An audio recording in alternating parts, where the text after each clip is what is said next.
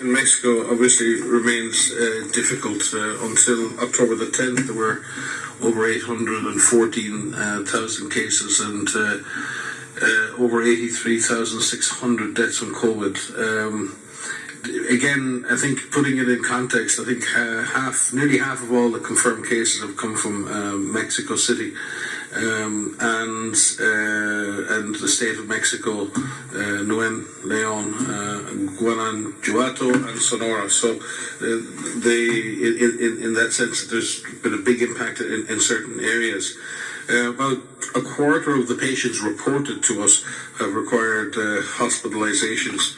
And there's been a preponderance of males over females, about 52% to 48%, but not such a great preponderance. Again, many people, like we've seen all over the world, have had underlying conditions, including hypertension, diabetes, obesity, were the main associated conditions there.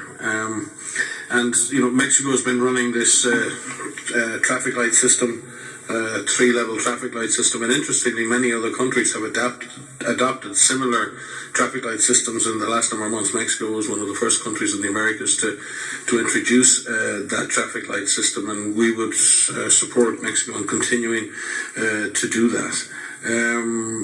Health personnel have been very much affected in Mexico, and again, predominantly 60% reported in females, which probably represents the fact that health workers in Mexico are predominantly female themselves. 48% of the cases in nurses, about a quarter of the cases in doctors, and another quarter in other health professionals in Mexico. Clearly, protecting those health workers is very important, and we have our PAHO office have obviously continued to recommend to Mexico to continue the training, protection, and provision of equipment to frontline health workers in Mexico.